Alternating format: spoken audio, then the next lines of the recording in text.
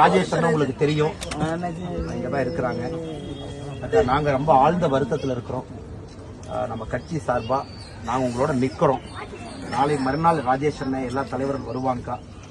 எங்க சார்பா குடும்பத்துக்கு ஒரு 1 லட்சம் ரூபாய் காசோலை மூலமா முதல் கட்டமா கொடுத்துட்டு, இரண்டாவது உங்களுடைய குடும்பத்துக்கு மத்திய அரசு சார்பா ஒரு குடும்பத்துக்கும் திட்டத்தை கொண்டு வரும். அது ராஜேஷ் அண்ணா போய் நமக்கு சொல்லுவாங்க. வீடு இல்லாதவங்களுக்கு என்ன நீங்க படிக்கணும், முத்ரா திட்டத்துல அவங்களுக்கு லோன் தேவையா, எல்லாமே ஃபர்ஸ்ட் செக்கை கொடுத்துட்டு ஒரு குடும்பத்தினுடைய சூழ்நிலையை பாருங்க.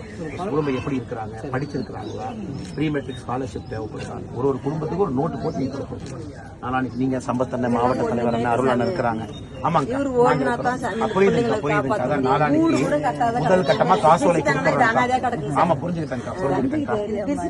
நாங்க ராஜேஷ் அண்ணன் தான் எல்லாமே தெரியும் அவங்களுக்கு. முதல் கட்டமா உங்களுக்கு நாங்க நிதி உதவி செய்யறோம். குடும்பம் எல்லாரும் தைரியமா இருங்க. அண்ணன் இல்ல நமக்கு என்ன ஆக போகுதுன்னு பயப்படாதீங்க.